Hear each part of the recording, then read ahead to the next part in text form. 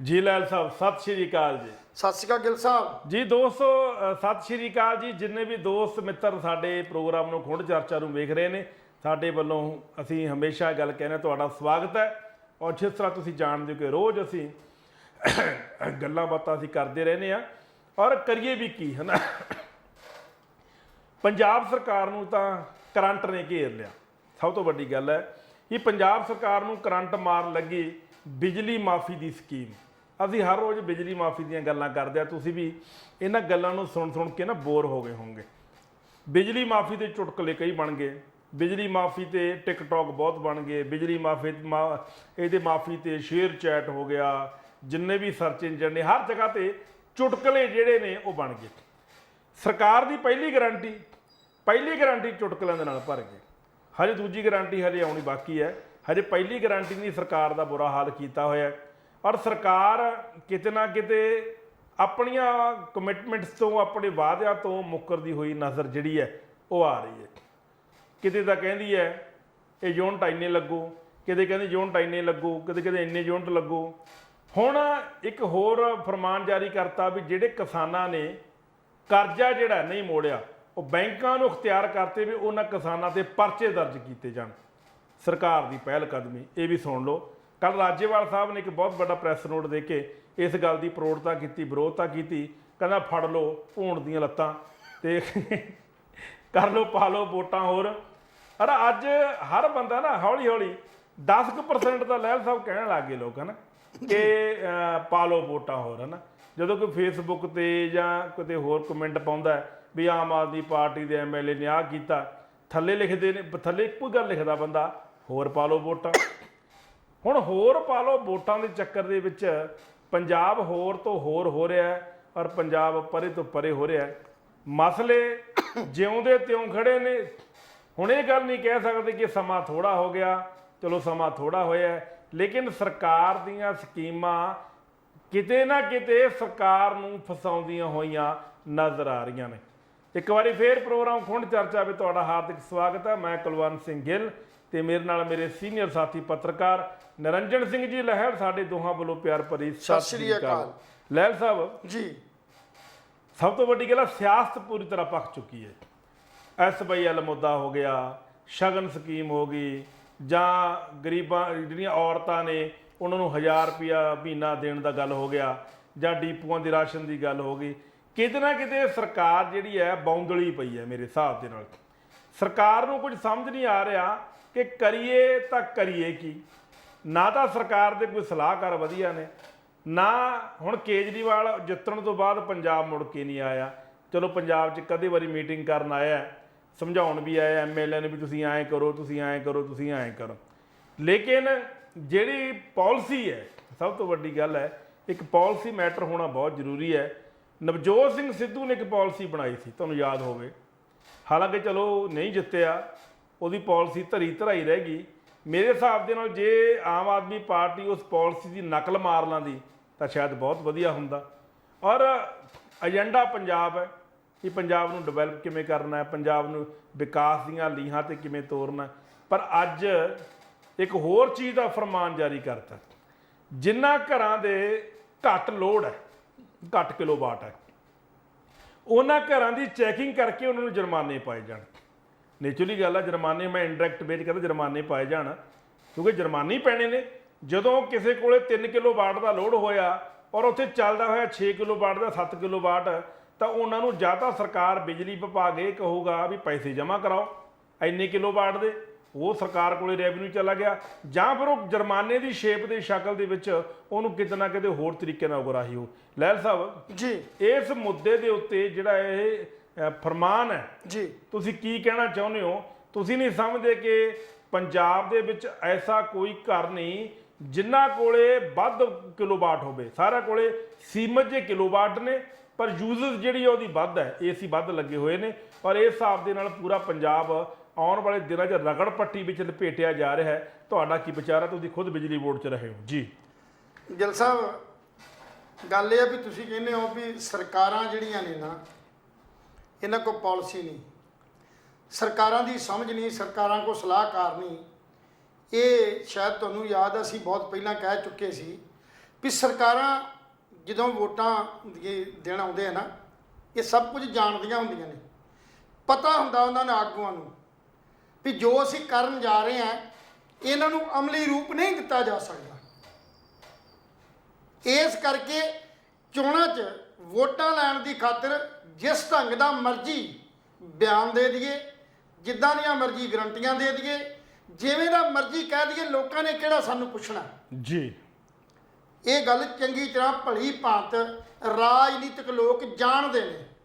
ਉਹ ਸਮਝਦੇ ਨੇ ਵੀ ਸਾਡੇ ਪੰਜਾਬ ਦੀ ਜਿਹੜੀ ਹੈ ਫਾਈਨੈਂਸ਼ੀਅਲ ਤੌਰ ਤੇ ਆਰਥਿਕ ਜਿਹੜੀ ਵਿਵਸਥਾ ਕਿੱਦਾਂ ਦੀ ਹੈ, ਇਹ ਵੀ ਜਾਣਦੇ ਸੀ, ਉਹ ਸਮਝ ਸੀ ਉਹਨਾਂ ਨੂੰ।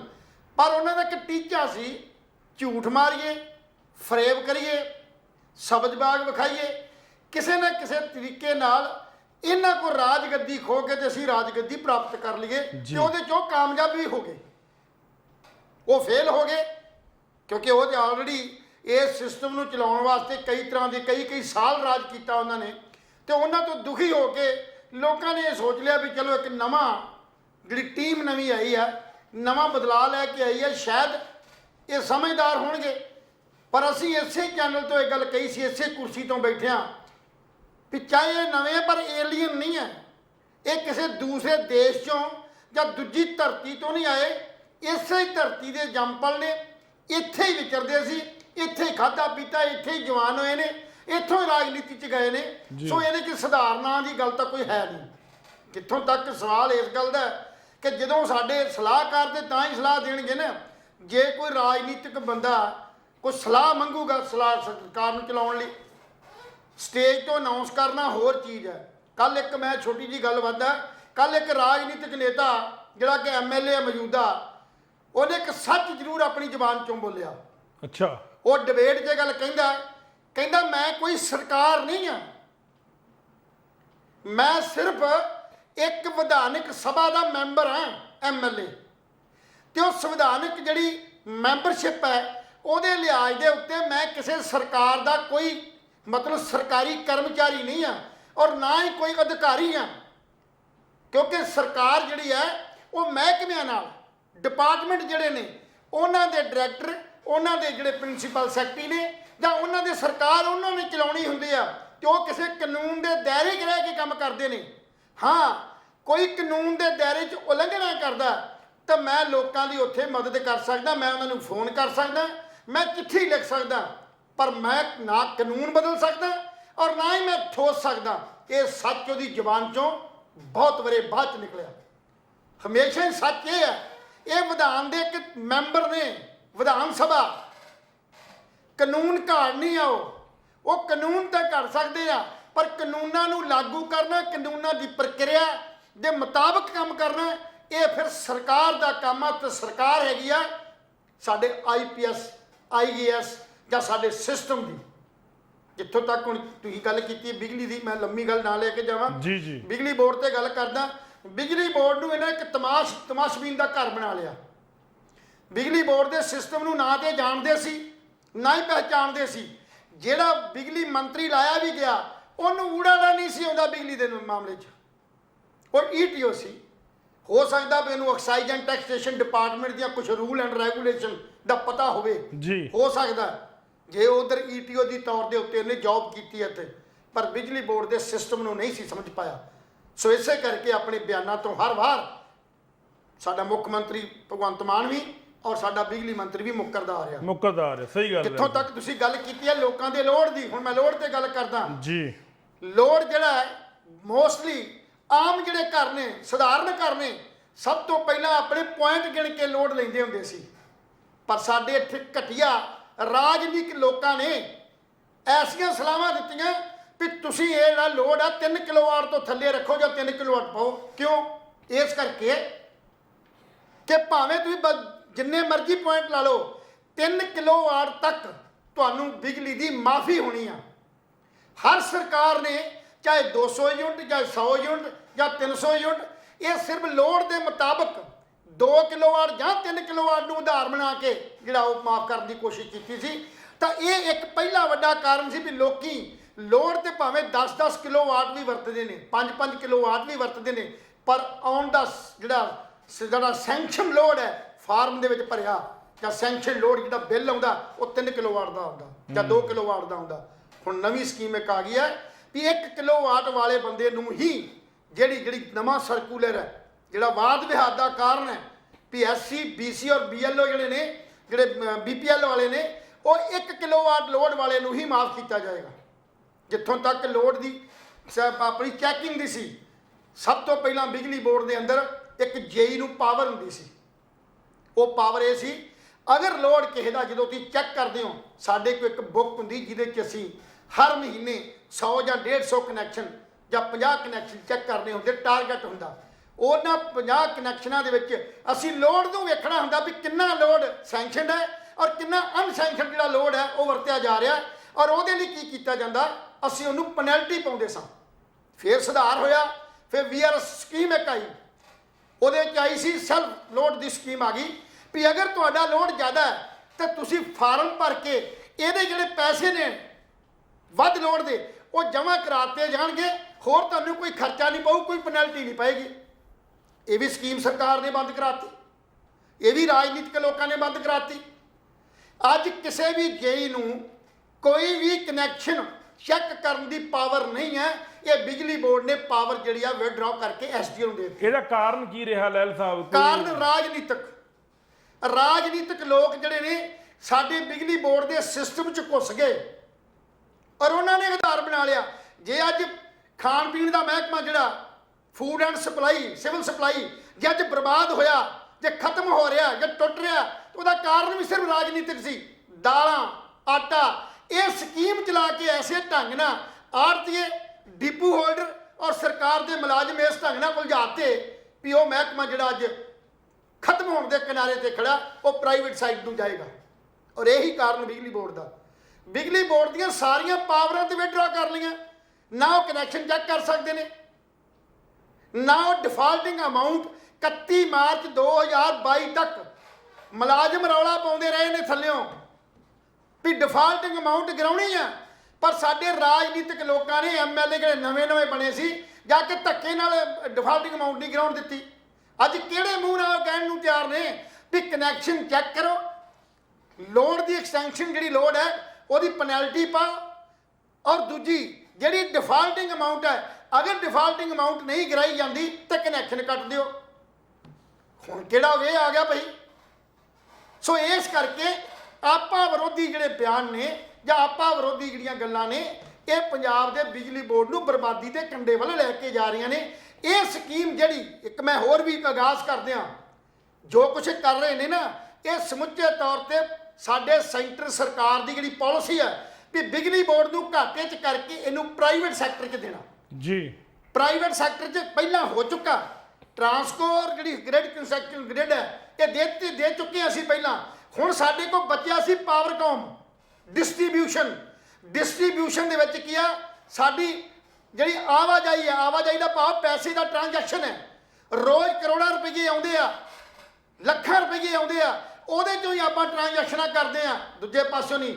ਇਹ ਇੱਕ ਕਮਾਊ ਪੁੱਤ ਹੈ ਬਿਜਲੀ ਬੋਰਡ, ਪਰ ਇਸ ਕਮਾਊ ਪੁੱਤ ਨੂੰ ਬਰਬਾਦੀ ਦੇ ਕੰਢੇ ਤੇ ਸਾਡੀਆਂ ਸਰਕਾਰ ਦੀਆਂ ਪਾਲਿਸੀਆਂ ਨੇ ਲੈ ਕੇ ਆਂਦਾ ਔਰ ਇਹਨੂੰ ਘਾਟਾ ਸ਼ੋ ਕਰਕੇ ਇਸੇ ਸਾਲ ਦੇ ਵਿੱਚ ਹੀ ਇਹ ਬਿਜਲੀ ਪਾਵਰਕਾਮ ਜਿਹੜਾ ਸਾਡਾ ਡਿਸਟ੍ਰੀਬਿਊਸ਼ਨ ਹੈ, ਇਹ ਪ੍ਰਾਈਵੇਟ ਹੱਥਾਂ 'ਚ ਦੇ ਦਿੱਤਾ ਜਾਏਗਾ। ਇਹ ਪਾਲਿਸੀ ਸੈਂਟਰ ਗਵਰਨਮੈਂਟ ਦੀ ਆ। ਸਰ ਉਸ ਪਾਲਿਸੀ ਨੂੰ ਜੱਜ ਕਾਂਗਰਸ ਵਾਲੇ ਇਹ ਗੱਲ ਕਹਿੰਦੇ ਨੇ ਵੀ ਪ੍ਰਾਈਵੇਟ ਕਿਉਂ ਕੀਤਾ ਜਾ ਰਿਹਾ ਜਾਂ ਪ੍ਰਾਈਵੇਟ ਕਿਉਂ ਕੀਤੇ ਜਾ ਰਿਹਾ। ਮੈਂ ਯਾਦ ਕਰਾਉਣਾ 1991 ਦਾ ਦਿਨ, ਉਹ ਜਦੋਂ ਤੁਹਾਡੇ ਮੁੱਖ ਪ੍ਰਧਾਨ ਮੰਤਰੀ ਮਨਮੋਹਨ ਸਿੰਘ ਨੇ ਪ੍ਰਾਈਵੇਟ ਸੈਕਟਰ ਲਿਆਂਦਾ ਸੀ। ਉਸ ਵੇਲੇ ਬਹੁਤ ਵੱਡੇ ਅਸੀਂ ਰੈਲੀਆਂ, ਧਰਨੇ, ਮੁਜ਼ਾਹਰੇ ਕਰਕੇ ਲੋਕਾਂ ਨੂੰ ਆਗਾਜ਼ ਕਰਦੇ ਸਾਂ, ਪਰ ਲੋਕ ਜਿਹੜੇ ਕਹਿੰਦੇ ਸੀ ਨਹੀਂ, ਇਹ ਗਵਰਨਮੈਂਟ ਸੈਕਟਰ ਫੇਲ ਹੈ, ਉਹ ਪ੍ਰਾਈਵੇਟ ਸੈਕਟਰ ਜਿਹੜਾ ਉਹ ਕਾਮਯਾਬ ਹੈ। ਔਰ ਹਰ ਥਾਂ ਤੇ ਪ੍ਰਾਈਵੇਟ ਸੈਕਟਰ ਕਮਜ਼ੋਰ ਹੋਇਆ, ਬਰਬਾਦ ਹੋਇਆ, ਲੁੱਟਿਆ ਉਹਨਾਂ ਨੇ। ਸੋ ਇਹ ਬਿਜਲੀ ਬੋਰਡ ਦੀ ਜਿਹੜੀ ਸਾਡਾ ਜਿਹੜਾ ਡਿਸਟ੍ਰੀਬਿਊਸ਼ਨ ਹੈ, ਇਹ ਵੀ ਹੁਣ ਪ੍ਰਾਈਵੇਟ ਸਾਈਡ ਨੂੰ ਜਾਣ ਦੀਆਂ ਜਿਹੜੀਆਂ ਕੋਸ਼ਿਸ਼ਾਂ ਹੋ ਰਹੀਆਂ ਨੇ, ਤਾਂ ਇਹ ਪੰਜਾਬ ਦੀ ਗਵਰਨਮੈਂਟ ਜਿਹੜੀ ਆ ਇਹਨੂੰ ਹਵਾ ਦੇ ਰਹੀ ਹੈ ਇਸ ਕਰਕੇ ਜੀ। ਔਰ ਨਵੀਂ ਇੱਕ ਹੋਰ ਵੀ ਮੈਂ ਗੱਲ ਨਾਲ ਕਰਦਿਆਂ ਇਹਨੂੰ ਨਿਬੇੜ ਦਿਆਂ ਬਿਜਲੀ ਬੋਰਡ ਦੇ ਨੂੰ। ਹੁਣ ਇੱਕ ਨਵਾਂ ਇੱਕ ਸਰਕੂਲਰ ਆ ਗਿਆ ਵੀ ਕੋਈ ਵੀ ਬੰਦਾ ਆਪਣੀ ਮਕਾਨ, ਜ਼ਮੀਨ, ਜਾਇਦਾਦ ਕੋਈ ਵੀ ਵੇਚਦਾ ਤੇ NOC ਬਿਜਲੀ ਬੋਰਡ ਕੋਲ ਲੈਣੀ ਪਊ। ਦੱਸੋ ਇਹ ਕਿਹੜਾ ਸਰਕੂਲਰ ਇਹੋ ਜਿਹਾ ਹੋ ਗਿਆ ਵੀ ਬਿਜਲੀ ਬੋਰਡ ਨੂੰ ਇਹੋ ਜਿਹਾ ਕੰਮ ਦੇ ਦਿੱਤਾ ਵੀ NOC ਲਿਆਓ ਵੀ ਤੁਹਾਡੀ ਕੋਈ ਡਿਫਾਲਟਿੰਗ ਅਮਾਉਂਟ ਨਹੀਂ, ਉਹ ਪੁੱਛੋ ਉਹਨਾਂ ਐਮਐਲਏ ਨੂੰ ਕਿਹਨਾਂ ਨੇ ਰੋਕਿਆ ਸੀ ਡਿਫਾਲਟਿੰਗ ਅਮਾਉਂਟ ਗਰਾਊਂਡ ਤੋਂ। ਪੈਨਲਟੀ ਕਰੋ, ਸਜ਼ਾ ਦਿਓ ਉਹਨਾਂ ਨੂੰ, ਉਹਨਾਂ ਦੀ ਮੈਂਬਰਸ਼ਿਪ ਰੱਦ ਕਰੋ ਜਿਨ੍ਹਾਂ ਨੇ ਇਹ ਕੁਝ ਕੀਤਾ। ਔਰ ਕਰੋੜਾਂ ਰੁਪਈਆ ਦੀ ਜਿਹੜੀ ਸਾਡੀ ਆਉਣੀ ਸੀ, ਮਿਲਣਾ ਸੀ ਸਾਨੂੰ, ਡਿਫਾਲਟਿੰਗ ਅਮਾਉਂਟ ਰੈਵਨਿਊ ਆਉਣਾ ਸੀ, ਉਹ ਤੁਸੀਂ ਰੋਕਤਾ। ਔਰ ਅੱਜ ਤੁਸੀਂ ਬਿਜਲੀ ਬੋਰਡ ਤੇ ਦਬਾਅ ਪਾ ਰਹੇ ਹੋ। ਔਰ ਕਹਿਣ ਦਾ ਭਾਵ ਇਹ ਆ ਵੀ ਪਹਿਲੀ ਗੱਲ, ਕੱਲ ਵੀ ਕੈਨੇਡਾ ਤੋਂ ਬਹੁਤ ਸਾਥੀਆਂ ਦੇ ਫੋਨ ਆਏ ਬਿਜਲੀ ਬੋਰਡ ਦੇ ਇਸ ਯੂਨਿਟਾਂ ਦੇ ਪ੍ਰਤੀ, ਉਹਨਾਂ ਦੀ ਵੀ ਇੱਕ ਡਿਮਾਂਡ ਸੀ, ਉਹ ਵੀ ਇਹੀ ਕਹਿੰਦੇ ਨੇ ਕਿ ਬਿਜਲੀ ਸਸਤੀ ਮਿਲੇ, 24 ਘੰਟੇ ਮਿਲੇ ਔਰ ਨਿਰਵਿਘਨ ਮਿਲੇ। ਸਟਾਫ ਦੀ ਭਰਤੀ ਹੋਵੇ, ਹਰ ਬੰਦੇ ਨੂੰ ਜਿਹੜੀ ਆ ਉਹ ਇੱਕ ਜਿਹੜੀ ਖਿੜਕੀ ਆ, ਇੱਕ ਦਰਵਾਜ਼ੇ ਦੇ ਰਾਹੀਂ ਉਹਨਾਂ ਨੂੰ ਸਰਵਿਸ ਮਿਲੇ। ਪਰ ਇੱਥੇ ਤੇ ਕੁਝ ਵੀ ਨਹੀਂ। ਹੁਣ ਇੱਕ ਨਵਾਂ ਹੋਰ ਜਿਹੜਾ ਸਰਕੂਲਰ ਕੀਤਾ, ਉਹਦੇ ਅਗੇਂਸਟ ਅੱਜ ਦਫ਼ਤਰਾਂ ਦੇ ਵਿੱਚ ਹਜ਼ਾਰਾਂ ਹੀ ਅਰਜ਼ੀਆਂ ਹੋਰ ਆ ਰਹੀਆਂ ਨੇ 1 ਕਿਲੋਵਾਟ ਤੇ 2 ਕਿਲੋਵਾਟ ਵਾਲੀਆਂ। ਪਤਾ ਨਹੀਂ ਕਿਸ ਸਲਾਹਕਾਰ ਨੇ ਸਲਾਹ ਦੇ ਦਿੱਤੀ ਵੀ 2-2 ਮੀਟਰ ਲਵਾ ਲਓ। ਹੁਣ 2-2 ਮੀਟਰਾਂ ਦੀ ਜਿਨ੍ਹਾਂ ਦੇ ਘਰ 1 ਮੀਟਰ ਹੈ, ਉਹ ਆਪਣੇ ਘਰ ਕੰਧ ਖੜੀ ਕਰਕੇ ਮਾੜੀ ਜੀ ਤੇ ਦੂਜਾ ਮੀਟਰ ਲਵਾ ਰਿਹਾ। ਸੋ ਇਸ ਕਰਕੇ ਇਹ ਬਿਜਲੀ ਬੋਰਡ ਨੂੰ ਘਾਟੇ ਕਿ ਸ਼ੋਅ ਕਰਨ ਵਾਸਤੇ ਨਵੀਆਂ ਸਕੀਮਾਂ। ਸੋ ਇਸ ਕਰਕੇ ਚਾਹੀਦਾ ਸਰਕਾਰ ਨੂੰ ਕਿ ਹਰ ਥਾਂ ਤੇ ਜਿਹੜਾ ਵਿਰੋਧ ਹੋ ਰਿਹਾ, ਸਰਕਾਰੀ ਕਰਮਚਾਰੀ ਖੁਦ ਵੀ ਦੁਖੀ ਨੇ ਇਸ ਮਾਮਲੇ 'ਚ। ਮੈਨੂੰ ਐਂ ਲੱਗਦਾ ਲਹਿਲ ਸਾਹਿਬ ਵੀ ਜਿਹੜੀਆਂ ਬਿਜਲੀ ਮਾਫੀ ਵਾਲਾ ਇਹ ਜੀ ਦਾ ਜੰਜਾਲ ਬਣ ਗਿਆ ਸਰਕਾਰ ਵਾਸਤੇ ਜੀ। ਔਰ ਇਹਦੇ ਵਿੱਚ ਜਿਹੜੇ ਨਾ ਲੋਕ ਹੁਣ ਰਗੜੇ ਜਾਣਗੇ। ਮਤਲਬ ਜਿੱਥੇ ਲੋਕਾਂ ਨੂੰ ਬਿਜਲੀ ਇੱਕ ਪਾਸੇ ਮਾਫ ਹੋਣੀ ਹੈ, ਪਰ ਦੂਜੇ ਪਾਸੇ ਜਿਹੜੇ ਅਮੀਰ ਵਰਗ ਦੇ ਲੋਕ ਨੇ ਜਾਂ ਮਿਡਲ ਕਲਾਸ ਲੋਕ ਨੇ, ਉਹਨਾਂ ਨੂੰ ਚਾਰਜਸ ਪਾ ਕੇ ਉਹਨਾਂ ਨੂੰ ਲੁੱਟਿਆ ਜਾਣਾ। ਇਹ ਸਕੀਮ ਬਰਾਬਰ ਚੱਲੂਗੀ।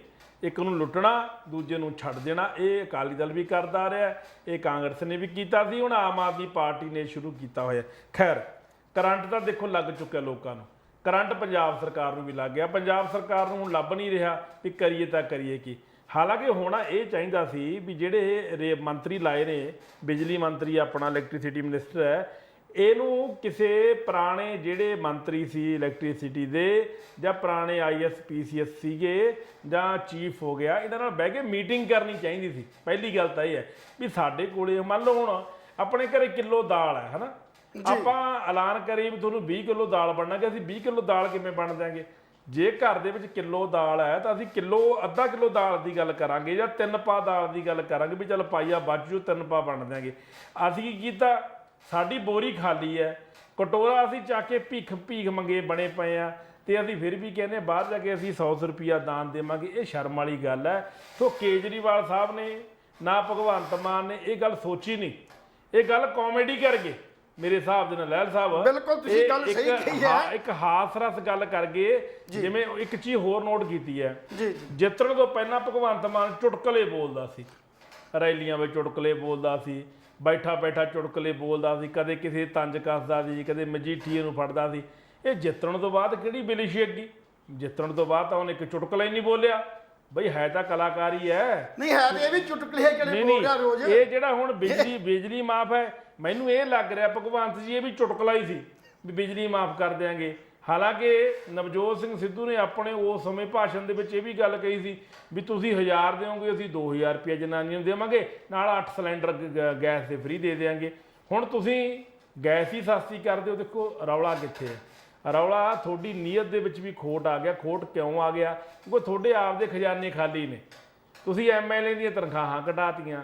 ਹੁਣ ਜਿਹੜੇ MLA ਵਿਚਾਰੇ ਉੱਗੋਂਗੇ ਵਰਗੇ ਬੈਠੇ ਨੇ, ਜਿਨ੍ਹਾਂ ਕੋਲੇ 2 ਕੱਚੇ ਕਮਰਿਆਂ ਦਾ ਘਰ ਹੈ, ਉਹਦੀ ਮਾਂ ਵਿਚਾਰੀ, ਚਲੋ ਆਪਾਂ ਕਹਿਣਾ ਨਹੀਂ ਚਾਹੁੰਦੇ, ਬੜੀ ਮਿਹਨਤ ਕਰਦੀ, ਇੱਕ ਸਕੂਲ ਦੇ ਵਿੱਚ ਲੇਬਰ ਕਰਦੀ ਹੈ, ਸਾਨੂੰ ਮਾਣ ਆ ਉਸ ਮਾਂ ਤੇ, ਠੀਕ ਹੈ ਨਾ, ਜਿਹੜੀ ਅੱਜ ਵੀ ਲੇਬਰ ਕਰਦੀ ਹੈ ਵਿਚਾਰੀ। ਲੇਕਿਨ ਜੇ ਹੁਣ ਤੁਸੀਂ ਉੱਗੋਂਗੇ ਵਰਗੇ MLA ਨੂੰ ਤੁਸੀਂ ਬੂਸਟਅਪ ਹੀ ਨਹੀਂ ਕਰੋਗੇ, ਉਹਨੂੰ 3-4 ਲੱਖ ਰੁਪਏ ਤਨਖਾਹ ਨਹੀਂ ਦਿਓਗੇ, ਤਾਂ ਮੈਨੂੰ ਗੱਲ ਦੱਸੋ ਉਹ ਕੰਮ ਕਿਵੇਂ ਕਰੂਗਾ? ਨਹੀਂ ਉਹ ਤੇ ਆਇਆ ਵੈਸੇ ਤੇ ਗੱਲ ਮੈਂ ਜਿਹੜੀ ਗੱਲ ਕਰਦਾ, ਇੱਕ MLA ਹੈ, ਉਹ ਸੇਵਾ ਲਈ ਆਇਆ ਭਾਈ। ਨਹੀਂ ਸੇਵਾ ਲਈ ਆਇਆ ਹੈ। ਹੁਣ ਘਰ ਦੀਆਂ ਇੱਟਾਂ ਥੋੜੀ ਭਗਤ ਸਿੰਘ ਜੇ ਨਹੀਂ ਉਹ ਲਹਿਲ ਸਾਹਿਬ, ਜੇ ਭਗਤ ਸਿੰਘ ਵਰਗੇ ਇਹ ਕਹਿਣ ਮੈਂ ਤੇ ਫਾਂਸੀ ਚੜ ਗਿਆ, ਮੇਰੇ ਪਰਿਵਾਰ ਨੂੰ ਤੁਸੀਂ ਜ਼ਮੀਨਾਂ ਜਾਇਦਾਦ ਦੇ ਦਿਓ, ਇਹ ਤੇ ਗੱਲ ਨਹੀਂ ਬਣਦੀ। ਉਹ ਘਰ ਦੀਆਂ ਇੱਟਾਂ ਪੱਟ ਕੇ ਥੋੜੀ ਬੰਦਾ ਦੇ ਦੂਗਾ। ਸੇਵਾ ਜੇ ਕਰਨੀ ਹੈ ਤੇ ਫਿਰ ਤੇ ਨੰਗ ਵੀ ਕੱਟਣਾ ਪੈਣਾ। ਦੇਖੋ ਮੈਂ ਤੇ ਇਸ ਹੱਕ 'ਚ ਨਹੀਂ ਹੈ ਵੀ ਜੇ ਬੰਦਾ ਸੇਵਾ ਲਈ ਆਇਆ, ਲੋਕਾਂ ਦੀ ਸੇਵਾ ਲਈ ਆਇਓ, ਕਹਿੰਦੇ ਨੇ ਵੀ ਸੇਵਾ ਰਾਜ ਨਹੀਂ। ਜਦੋਂ ਸੇਵਾ ਤੇ ਫਿਰ ਤਨਖਾਹ ਕਾਦੀ? ਤਨਖਾਹ ਮੁਲਾਜ਼ਮ ਨੂੰ ਮਿਲਦੀ ਆ, ਕਰਮਚਾਰੀ ਨੂੰ ਮਿਲਦੀ ਆ, ਜਿਹੜਾ ਜੀ ਹਜ਼ੂਰੀਆ ਹੁੰਦਾ, ਜਿਹੜਾ ਕੰਮ ਕਰਦਾ, ਜਿਹੜਾ ਜੀ ਹਜ਼ੂਰੀਆ ਹੀ ਨਹੀਂ, ਜਿਹੜਾ ਆਪ ਮਾਲਕ ਆ, ਉਹ ਤਨਖਾਹ ਕਾਦੀ? ਸੋ ਇਸ ਕਰਕੇ ਇਹ ਨੀਤ ਜਿਹੜੀ ਆ ਉਹ ਇਦਾਂ ਦੀ ਨਹੀਂ ਹੈ। ਨੀਤ ਵਾਲੀ ਆ ਉਹਨਾਂ ਦੀ। ਜੇ ਸਲਾਹਕਾਰਾਂ ਦੀ ਗੱਲ ਆ, ਬਿਜਲੀ ਬੋਰਡ ਦੀ ਗੱਲ ਇੱਕ ਸ਼ਰਤ ਦੀ ਕਰਦਾ ਵੀ ਬਿਜਲੀ ਬੋਰਡ ਦੇ ਕੋਲੇ ਆਪਣਾ ਜਿਹੜਾ ਸਾਡਾ CMD ਹੈ ਬਲਦੇਵ ਸਿੰਘ ਸਰਾਂ, ਸਾਡੀ ਇੰਜੀਨੀਅਰਿੰਗ ਐਸੋਸੀਏਸ਼ਨ ਦਾ ਵੀ ਉਹ ਪ੍ਰਧਾਨ ਰਿਹਾ ਔਰ ਬਿਜਲੀ ਬੋਰਡ ਦਾ ਅੱਜ CMD ਹੈ, ਇੰਜੀਨੀਅਰ ਰਿਹਾ। ਜਾਂ ਸਾਡੇ ਜਿਹੜੇ ਬਾਕੀ ਮੈਂਬਰ ਨੇ, member generation, member commercial, member admin, ਇਹ ਸਾਰੇ ਜਿਹੜੇ ਮੈਂਬਰ ਨੇ ਟੈਕਨੀਕਲ ਨੇ। ਉਹਨਾਂ ਨੂੰ ਪਤਾ ਬਿਜਲੀ ਪੈਦਾ ਕਿੱਥੋਂ ਹੁੰਦੀ ਹੈ, ਬਿਜਲੀ ਵੇਚੀ ਕਿਵੇਂ ਜਾਣੀ ਹੈ, ਬਿਜਲੀ ਬੈਂਕਿੰਗ ਕਿਵੇਂ ਕਰਨੀ ਹੈ, ਵਾਪਸ ਕਿਵੇਂ ਲਿਆਉਣੀ ਹੈ, ਇਹਨੂੰ ਟੈਰਿਫ ਕਿਵੇਂ ਬਣਾਉਣਾ। ਜਦੋਂ ਟੈਰਿਫ ਦੀ ਗੱਲ ਆਉਂਦੀ ਹੈ ਤੇ ਸਾਡੇ ਕੋਲੇ ਸਾਡਾ ਪੰਜਾਬ ਗਵਰਨਮੈਂਟ ਦਾ ਜਿਹੜਾ ਸਾਡਾ ਕਮਿਸ਼ਨ ਹੈ, ਜਿਹਨੂੰ ਰੈਗੂਲੇਟਰੀ ਕਮਿਸ਼ਨ ਕਹਿੰਦੇ ਆ ਜੀ, ਰੈਗੂਲੇਟਰੀ ਕਮਿਸ਼ਨ ਦੇ ਵਿੱਚ ਵੀ ਜਿੱਥੇ ਭਾਵੇਂ IAS ਹੈ ਅਧਿਕਾਰੀ, ਪਰ ਉਹਦੇ ਚ ਟੈਕਨੀਕਲ ਅਫਸਰ ਨੇ ਜਿਹੜੇ ਇਲੈਕਟ੍ਰੀਕਲ ਨਾਲ ਸੰਬੰਧਿਤ ਨੇ, ਹਾਈਡਲ ਨਾਲ ਸੰਬੰਧਿਤ ਨੇ, ਉਹ ਸਲਾਹਕਾਰ ਨੇ। ਇੱਕ ETO ਇੱਕ ਮੰਤਰੀ, ਬਿਜਲੀ ਮੰਤਰੀ ਜਾਂ ਭਗਵੰਤ ਮਾਨ ਨੂੰ ਸ਼ਾਇਦ ਬਿਜਲੀ ਦੀ ਜਨਰੇਸ਼ਨ ਬਾਰੇ ਨਹੀਂ ਪਤਾ ਹੋਏਗਾ ETO ਨੂੰ। ਸਾਡੇ ਜਿਹੜਾ ਬਿਜਲੀ ਮੰਤਰੀ ਆ, ਬਣਦਾ ਤੇ ਇਹ ਸੀ ਵੀ ਉਹਨਾਂ ਬੰਦਿਆਂ ਨੂੰ ਬਿਜਲੀ ਦੀ ਪ੍ਰੋਡਕਸ਼ਨ ਬਾਰੇ ਪੁੱਛਦੇ ਵੀ ਕਿੰਨੀ ਪ੍ਰੋਡਕਟ ਹੋ ਰਹੀ ਹੈ, ਕਿੰਨੀ ਡਿਮਾਂਡ ਹੈ, ਟੈਰਿਫ ਕੀ ਹੈ, ਪੈਸਾ ਕਿੱਥੋਂ ਆਊਗਾ, ਖਰਚਾ ਕਿੰਨਾ ਹੁੰਦਾ, ਕੋਲਾ ਕਿੰਨਾ ਲੱਗਣਾ। ਜਦ ਤੱਕ ਇਹ ਸਾਰੀਆਂ ਇਨਵੈਸਟੀਗੇਸ਼ਨਾਂ ਪੂਰੀਆਂ ਨਹੀਂ ਹੋ ਜਾਂਦੀਆਂ ਫਿਰ ਵੇਖਦੇ ਬਿਜਲੀ ਬੋਰਡ ਘਾਟੇ ਜਾਂਦਾ ਕਿ ਵੱਧਦੇ ਜਾਂਦਾ। ਅਗਰ ਵੱਧਦਾ ਜਾਂਦਾ ਤੇ ਲੋਕਾਂ ਨੂੰ ਸਹੂਲਤ ਦੇ ਦਿੰਦੇ। ਮੈਂ ਅਥੈਂਟਿਕ ਤੇ ਤਰਕ ਦੀ ਗੱਲ ਕਰ ਰਿਹਾ। ਇਸੇ ਤਰ੍ਹਾਂ ਬਾਕੀ ਮਹਿਕਮੇ ਵੀ ਨੇ। ਜੇ ਉਹ ਮਹਿਕਮਿਆਂ ਦੇ ਅੰਦਰ ਜਿਹੜੇ ਐਕਸਪਰਟਸ ਬੈਠੇ ਨੇ, ਜਿਹੜੇ ਮਹਿਕਮੇ ਨੂੰ ਚਲਾਉਂਦੇ ਨੇ ਐਕਸਪਰਟ, ਉਹ ਐਕਸਪਰਟਸ ਨੂੰ ਇੱਕ ਪੁਲਿਸ ਵਾਲੇ ਨੂੰ ਇਲਾਕੇ ਦਾ ਪਤਾ ਵੀ ਕਿਹੜਾ ਠੱਗ ਆ, ਕਿਹੜਾ ਚੋਰ ਆ, ਕਿਹੜਾ ਬਦਮਾਸ਼ ਹੈ, ਕਿਹੜਾ ਫੀਮ ਵੇਚਦਾ, ਕਿਹੜਾ ਸ਼ਰਾਬ ਕੱਢਦਾ, ਕਿਹੜਾ ਗੈਂਗਸਟਰ, ਕਿਹੜਾ ਨਹੀਂ ਹੈ। ਇਹ ਆਮ ਸਧਾਰਨ ਬੰਦੇ ਰੇਹੜੀ ਵਾਲੇ ਨੂੰ ਕੀ ਪਤਾ? ਵੀ ਕਿਸੇ ਨੂੰ ਨਹੀਂ ਪਤਾ ਉਹਨਾਂ ਨੂੰ ਆ। ਤੇ ਫਿਰ ਉਹਨਾਂ ਦੇ ਅਧਿਕਾਰੀ ਜੇ ਇਮਾਨਦਾਰ ਹੋਣਗੇ ਤੇ ਤੁਹਾਨੂੰ ਇਮਾਨਦਾਰੀ ਨਾਲ ਸਲਾਹ ਮਸ਼ਵਰਾ ਦੇਣਗੇ, ਉਹ 'ਤੇ ਐਕਸ਼ਨ ਕਰੋ। ਐਵੇਂ ਬਿਜਲੀ ਬੋਰਡ ਦਾ ਸੀ। ਬਿਜਲੀ ਬੋਰਡ ਦੇ ਸੰਬੰਧਿਤ ਅਧਿਕਾਰੀਆਂ ਨੂੰ ਲਾਂਭੇ ਕਰਕੇ ਸਿਰਫ ਰਾਜਨੀਤਿਕ ਵੋਟਾਂ ਪੱਕੀਆਂ ਕਰਨ ਵਾਸਤੇ ਜਾਂ ਉਹ ਝੂਠਾ ਦਿੱਤਾ ਲਾਰਾ ਉਹਨੂੰ ਪਗਾਉਣ ਵਾਸਤੇ ਇਹ ਸਾਰੀ ਜਿਹੜੀ ਸਕੀਮਾਂ ਖੇਡੀ ਜਾ ਰਹੀ ਹੈ ਔਰ ਸਾਰਾ ਕੁਝ ਗਲਤ ਹੋ ਰਿਹਾ। ਔਰ ਇਸ ਗਲਤ ਦੇ ਖਿਲਾਫ ਪੰਜਾਬ ਦਾ ਜਿਹੜਾ ਅੱਜ ਸਾਰਾ ਹੀ ਸਾਡਾ ਕਿਸਾਨ, ਮਜ਼ਦੂਰ, ਮੁਲਾਜ਼ਮ ਸਾਰੇ ਜਿਹੜੇ ਨੇ ਉਹ ਸੜਕਾਂ ਤੇ ਆਉਣ ਨੂੰ ਤਿਆਰ ਨੇ। ਈਵਨ ਦੈਨ ਆਮ ਪਬਲਿਕ ਵੀ ਇਸ ਗੱਲ ਲਈ ਦਾਅਵੇ ਕਰਨ ਲੱਗ ਗਈ ਆ ਵੀ ਸਾਨੂੰ ਬਿਜਲੀ ਫ੍ਰੀ ਨਹੀਂ ਚਾਹੀਦੀ, ਸਾਨੂੰ ਬਿਜਲੀ 24 ਘੰਟੇ ਨਿਰਵਿਘਨ ਔਰ ਸਸਤੀ ਚਾਹੀਦੀ ਹੈ। ਲੈਲ ਸਾਹਿਬ, ਪਤਾ ਕੀ ਗੱਲ ਹੈ, ਪੰਜਾਬ ਸਰਕਾਰ ਨੂੰ ਸਮਝ ਨਹੀਂ ਆ ਰਿਹਾ ਕਰੀਏ ਕੀ। ਹੁਣ ਕੱਲ ਇੱਕ ਭਗਵੰਤ ਮਾਨ ਸਾਹਿਬ ਨੇ ਇੱਕ ਹੋਰ ਫੈਸਲਾ ਕੀਤਾ ਕਿ ਪੰਜਾਬ ਪੁਲਿਸ ਦਾ ਜਵਾਨ ਡਿਊਟੀ ਦੌਰਾਨ ਸ਼ਹੀਦ ਹੋਊਗਾ, ਉਹਨੂੰ 1 ਕਰੋੜ ਰੁਪਈਆ ਅਸੀਂ ਦੇਵਾਂਗੇ, ਪੰਜਾਬ ਸਰਕਾਰ ਦੇਵੇਗੀ। ਦੇਖੋ ਚਲੋ ਠੀਕ ਹੈ, ਨੋ ਡਾਊਟ, ਮਾੜੀ ਗੱਲ ਨਹੀਂ ਹੈ, ਸਰਕਾਰ ਨੂੰ ਹੈਲਪ ਵੀ ਕਰਨੀ ਚਾਹੀਦੀ ਹੈ। ਪਰ ਲੈਲ ਸਾਹਿਬ ਇੱਕ ਸਰਕਾਰੀ ਮੁਲਾਜ਼ਮ ਹੈ ਜੀ, ਉਹ ਸਰਕਾਰ ਤੋਂ ਪੰਜਾਬ ਪੁਲਿਸ ਦਾ ਮੁਲਾਜ਼ਮ ਜਿਹੜਾ ਇੱਕ ਸਿਪਾਹੀ ਵੀ ਹੈ, ਉਹ 60 ਤੋਂ 70 ਹਜ਼ਾਰ ਰੁਪਈਆ ਤਨਖਾਹ ਲੈਂਦਾ ਕੱਟ ਕਟਾ ਕੇ ਜੀ। ਉਹਦਾ ਪ੍ਰੋਵੀਡੈਂਟ ਫੰਡ ਵੀ ਜਮ੍ਹਾਂ ਹੁੰਦਾ ਜੀ। ਮਰਨ ਤੇ ਸਰਕਾਰ ਉਹਨੂੰ ਕਰੋੜ ਰੁਪਈਆ ਵੀ ਦੇ ਰਹੀ ਹੈ। ਜਿਹੜਾ ਜੱਟ ਜ਼ਿਮੀਂਦਾਰ ਹੈ, ਕਿਸਾਨ ਹੈ, ਸਾਡਾ ਫਾਰਮਰ ਹੈ, ਜਿਹੜਾ ਵਿਚਾਰਾ ਕਰਜ਼ੇ ਥੱਲੇ ਹੈ, ਪਾਟੇ ਉਹਦੇ ਕੱਪੜੇ ਨੇ, ਪੈਰਾਂ 'ਚ ਉਹਦੇ ਜੁੱਤੀ ਨਹੀਂ, ਚੱਪਲ ਨੂੰ ਉਹਨੇ ਸੂਈ ਪਿੰਨ ਫਸਾਇਆ ਹੋਇਆ, ਉਹਦੇ ਕੋਲੇ ਖਾਣ ਨੂੰ ਰੋਟੀ ਨਹੀਂ, ਟਰੈਕਟਰ ਉਹਦੇ ਬੈਂਕਾਂ ਵਾਲੇ ਚੱਕ ਕੇ ਲੈ ਗਏ, ਹਲ ਉਹਦੇ ਕੋਲੇ ਨਹੀਂ ਕਿਉਂਕਿ ਹੁਣ ਬਲਦ ਰਹੇ ਨਹੀਂ, ਉਹ ਕਿਸਾਨ ਖੁਦਕੁਸ਼ੀ ਕਰ ਲੈਂਦਾ, ਸਾਰੀ ਉਮਰ ਉਹ ਮਿੰਨਤਾਂ ਕਰਕੇ ਮਰ ਜਾਂਦਾ, ਉਹਦੇ ਬੈਂਕ ਦਾ 6 ਲੱਖ 7 ਲੱਖ ਕਰਜ਼ਾ ਸਰਕਾਰ ਮਾਫ ਨਹੀਂ ਕਰਦੀ। ਕੱਲ ਮਾਨਸਾ ਦੇ ਵਿੱਚ 2 ਕਿਸਾਨਾਂ ਨੇ ਖੁਦਕੁਸ਼ੀ ਕਰ ਲਈ ਜੀ। ਇੱਕ ਵਿਚਾਰਾ ਗੱਡੀ ਥੱਲੇ ਆ ਕੇ ਮਰ ਗਿਆ, ਦੂਜੇ ਨੇ ਫਾਹਾ ਲੈ ਕੇ ਆਤਮ ਹੱਤਿਆ ਕਰ ਲਈ। ਦੋਨੇ ਯੰਗ ਮੁੰਡੇ ਲੈਲ ਸਾਹਿਬ ਜੀ, ਦੋਨਾਂ ਦੀ ਉਮਰ 48 ਸਾਲ ਤੇ 50 ਸਾਲ ਦੇ ਕੋਲੇ ਜੀ। ਕੀ ਉਮਰ ਸੀ? ਦੋਨੇ ਵਿਚਾਰੇ ਕਰਜ਼ਾਈ ਹੋਏ ਪਏ ਸੀ। ਹੁਣ ਪਿੰਡ ਵਾਲੇ ਕਿਸਾਨ ਯੂਨੀਅਨਾਂ ਝੰਡਾ ਲੈ ਕੇ ਇਹ ਅਪੀਲ ਕਰਦੀਆਂ ਫਿਰਦੀਆਂ ਵੀ ਸਰਕਾਰ ਮਾਫ ਕਰੇ ਕਰਜ਼ਾ। ਜਿਹੜਾ ਸਰਕਾਰੀ ਮੁਲਾਜ਼ਮ ਹੈ ਉਹਨੂੰ ਕਰੋੜ ਰੁਪਈਆ ਮਰਨ ਤੇ, ਜਿਹੜਾ ਜੱਟ ਜ਼ਿਮੀਂਦਾਰ ਹੈ ਉਹ ਕੁੱਤੇ ਵਾਂਗੂ ਭੌਂਕੇ, ਸਾਰਾ ਟੱਬਰ ਉਹਦਾ ਰੋਲੇ, ਉਹਦੇ ਬੱਚੇ ਭੁੱਖੇ ਮਰਨ, ਉਹਦੀ ਘਰ ਵਾਲੀ ਰੁਲ ਜੇ, ਸਰਕਾਰ ਨੂੰ ਕੋਈ ਚਿੰਤਾ ਨਹੀਂ। ਉਹ ਸਰਕਾਰ ਨੂੰ ਮੇਰੇ ਹਿਸਾਬ ਦੇ ਨਾਲ ਨਾ ਕੋਈ ਸਲਾਹਕਾਰ ਹੀ ਰੱਖ ਲਓ ਯਾਰ, ਕੋਈ ਸਾਬਕਾ ਫੌਜੀ ਰੱਖ ਲਓ, ਕੋਈ ਸਾਬਕਾ ਬੁੱਧੀਜੀਵੀ ਰੱਖ ਲਓ, ਕੋਈ ਸੁਰਜੀਤ ਪਾਤਰ ਵਰਗਾ ਪੜ੍ਹਿਆ ਲਿਖਿਆ ਵਿਦਵਾਨ ਰੱਖ ਲਓ। ਇੰਨੇ ਵੱਡੇ ਵੱਡੇ ਰਾਈਟਰ ਬੈਠੇ ਨੇ, ਐਡੇ ਵੱਡੇ ਵੱਡੇ ਸਮਾਜ ਸੇਵਕ ਬੈਠੇ ਨੇ, ਉਹ ਰੱਖ ਲਓ ਆਪਦੀ ਸਲਾਹ ਲੈਣ ਵਾਸਤੇ। ਤੁਹਾਡੀ ਗੱਲ ਸੁਣੋ, ਇਹ ਤਾਂ ਉਹ ਚੱਕਰ ਹੈ ਲਹਿਲ ਸਾਹਿਬ ਜੀ।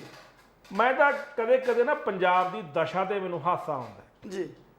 ਕਿਸਾਨ ਮਰਦਾ, ਹਲਕੇ ਦਾ ਐਮਐਲਏ ਚਿੱਟਾ ਕੁੜਤਾ ਪਜਾਮਾ ਪਾ ਕੇ ਜਾਂਦਾ, ਉੱਥੇ 4 ਗੱਲਾਂ ਦਾ ਰਟਿਆ ਰਟਾਇਆ ਭਾਸ਼ਣ ਦੇ ਕੇ ਆਉਂਦਾ। ਸਾਨੂੰ ਬਹੁਤ ਦੁੱਖ ਹੈ। ਇਹ ਕਿਸਾਨ ਬੜਾ ਹਿੰਮਤੀ ਸੀ, ਇਹ ਬੜਾ ਉਦਮੀ ਸੀ। ਪੰਜਾਬ ਸਰਕਾਰ ਇਹਨਾਂ ਦੇ ਦੁੱਖ ਵਿੱਚ ਸ਼ਰੀਕ ਹੈ। ਅਸੀਂ ਪੰਜਾਬ ਸਰਕਾਰ ਨੂੰ ਅਪੀਲ ਕਰਾਂਗੇ, ਅਸੀਂ ਪੰਜਾਬ ਸਰਕਾਰ ਨੂੰ ਲਿਖਤੀ ਰੂਪ ਵਿੱਚ ਭੇਜਾਂਗੇ ਕਿ ਇਸ ਕਿਸਾਨ ਦਾ ਕਰਜ਼ਾ ਮਾਫ ਕੀਤਾ ਜਾਵੇ। ਜੇ ਕਿਸਾਨ ਦੇ ਬੱਚੇ ਵੱਡੇ ਐ, ਇਹਨੂੰ ਕੋਈ ਸਰਕਾਰੀ ਨੌਕਰੀ ਦਿੱਤੀ ਜਾਵੇ, ਜਾਂ ਜਿਹੜੀ ਵਿਧਵਾ ਹੋ ਗਈ ਇਹਨੂੰ ਵਿਧਵਾ ਪੈਨਸ਼ਨ ਲਾਈ ਜਾਵੇ।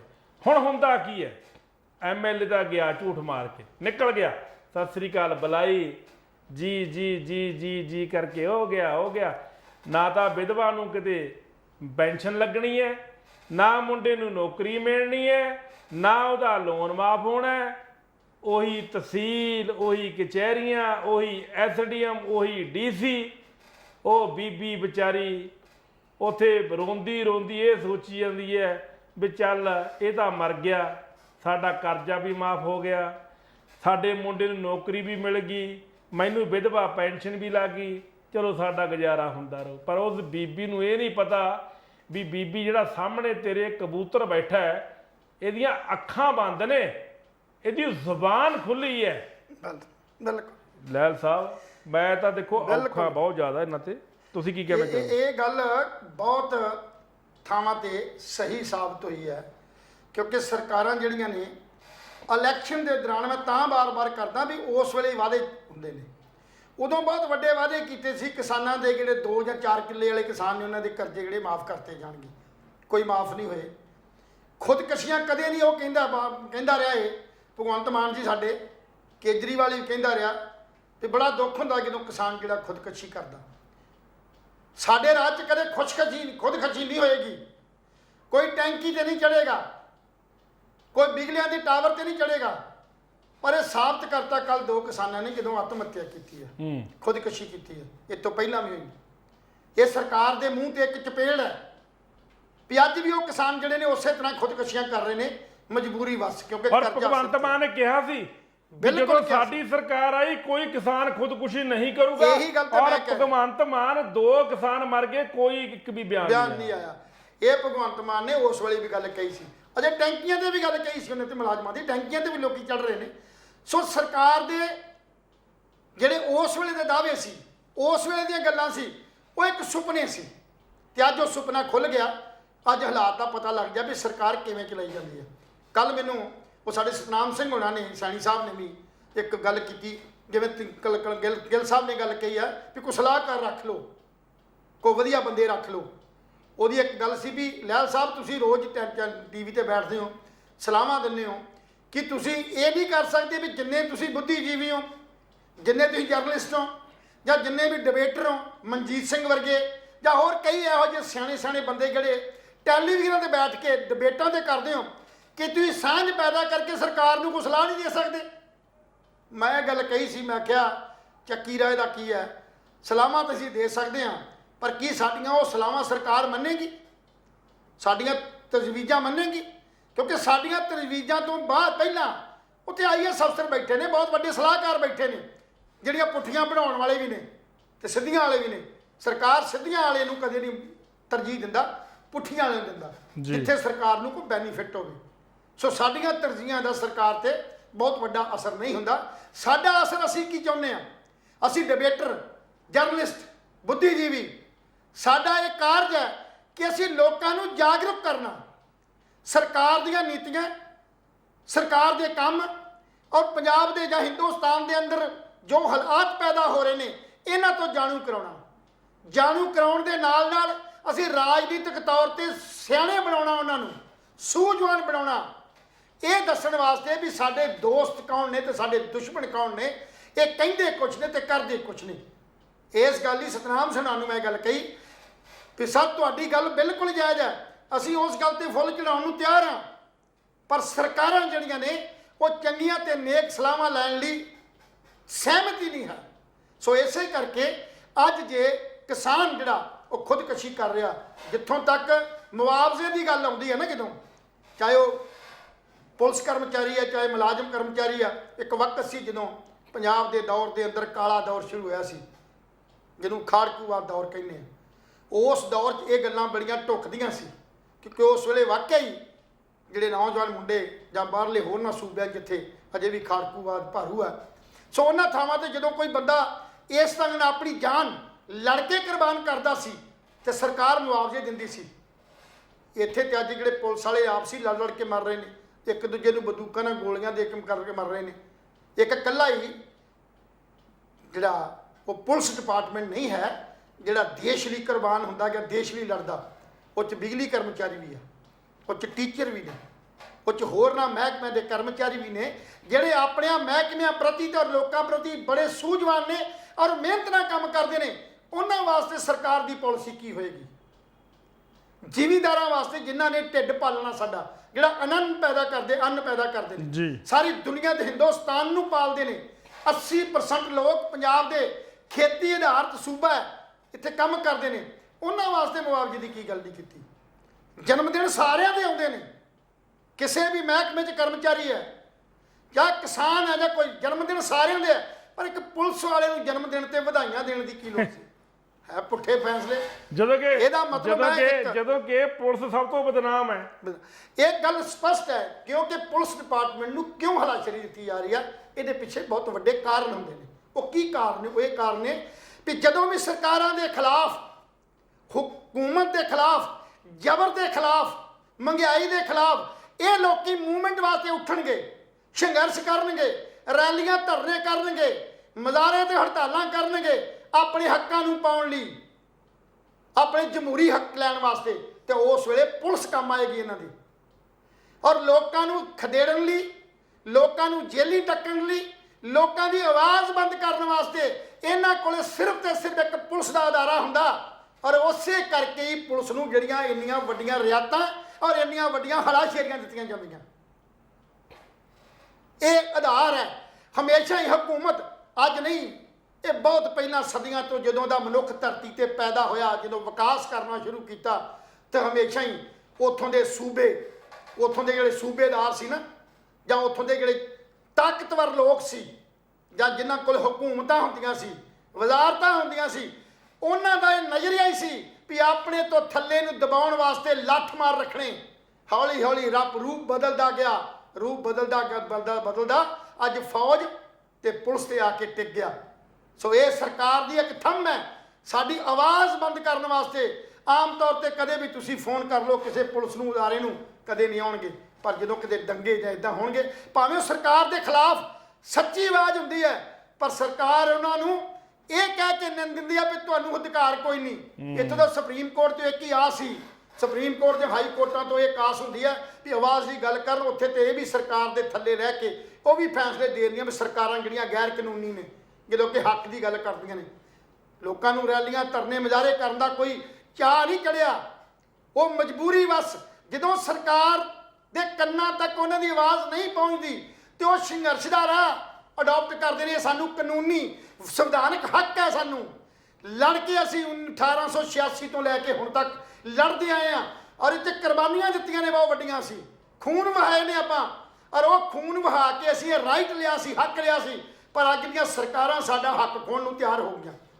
ਸੋ ਇਸ ਕਰਕੇ ਹੀ ਜਿਹੜੀਆਂ ਇਹ ਪਾਲਿਸੀਆਂ ਕ੍ਰੀਏਟ ਕੀਤੀਆਂ ਜਾਂਦੀਆਂ ਨਾ, ਉਹ ਆਪਣੀ ਸਰਕਾਰ, ਆਪਣੀ ਪਾਰਟੀ ਨੂੰ ਬਚਾਉਣ ਵਾਸਤੇ ਕੀਤੀਆਂ ਜਾਂਦੀਆਂ ਜੀ। ਸੋ ਜੇ ਅੱਜ ਵੀ ਪੰਜਾਬ ਦੇ ਖਿਲਾਫ ਬਹੁਤ ਵੱਡੇ ਫੈਸਲੇ ਜਿਹੜੇ ਉਹ ਲਏ ਜਾ ਰਹੇ ਨੇ, ਔਰ ਉਹਨਾਂ ਫੈਸਲਿਆਂ ਤੇ ਸਿਰਫ ਅਜੇ ਤੱਕ ਵੀ, ਕੱਲ ਵੀ ਗੱਲ ਕੀਤੀ ਸੀ ਪਾਣੀਆਂ ਦੇ ਮਾਮਲੇ 'ਚ, ਖਾਸ ਕਰਕੇ SYL ਦੇ ਮਾਮਲੇ 'ਚ ਖਾਸ ਕਰਕੇ ਉਸ ਵੇਲੇ ਕੀਤੀ ਹੈ, ਜਦੋਂ ਇਹਨਾਂ ਦਾ ਹੀ ਇੱਕ MP ਲੋਕ ਸਭਾ ਮੈਂਬਰ ਸੁਸ਼ੀਲ ਕੁਮਾਰ ਗੁਪਤਾ ਹਰਿਆਣੇ 'ਚ ਚੋਣ ਜਿੱਤਣ ਵਾਸਤੇ ਇੱਦਾਂ ਦੀ ਗੱਲ ਕਰਦਾ ਕਿ ਪਾਣੀ ਜਿਹੜਾ ਪੰਜਾਬ ਤੋਂ ਪਾਣੀ ਜਿਹੜਾ ਉਹ ਸਿੱਧਾ SYL ਦੇ ਰਾਹ ਦੇ ਥਰੂ ਅਸੀਂ ਜਿਹੜਾ ਕਿਸਾਨਾਂ ਨੂੰ, ਹਰਿਆਣੇ ਦਿਆਂ ਨੂੰ ਪਾਣੀ ਦੇਵਾਂਗੇ।